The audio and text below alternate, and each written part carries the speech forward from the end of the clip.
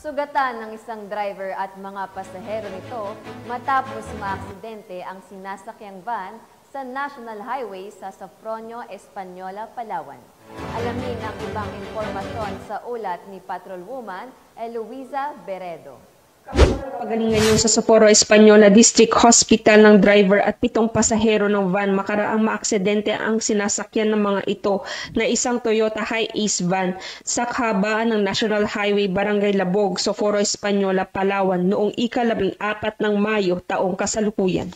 Ayon sa report ng Sofronio Española Municipal Police Station, patungo sana sa Buliluyan ang Toyota Hi-Ace mula sa bayan ng Quezon nang mangyari ang aksidente sa pakurbadang bahagi ng kalsada. Madulas umano ang daan dahil sa pag-ulan sa lugar kaya nawala ng kontrol sa manibela ang driver na kinilalang si Melnard Canque, 45 anyos. Dahil dito, nag-overshoot ang sasakyan at saka bumangga sa rail sa gilid ng kalsada. Agad naman nadala sa Sofronio Española District Hospital sa tulong ng Sofronio Española Municipal Disaster Risk Reduction and Management Office ang nabanggit na bilang ng pasahero. Kaugnay niya na sa lugar pa ng aksidente ang naturang van na nagtamo ng di patukoy na halaga ng pinsala na nakatakdang dalhin sa himpilan ng Socorro Española Municipal Police Station para sa karagdagan pang imbestigasyon.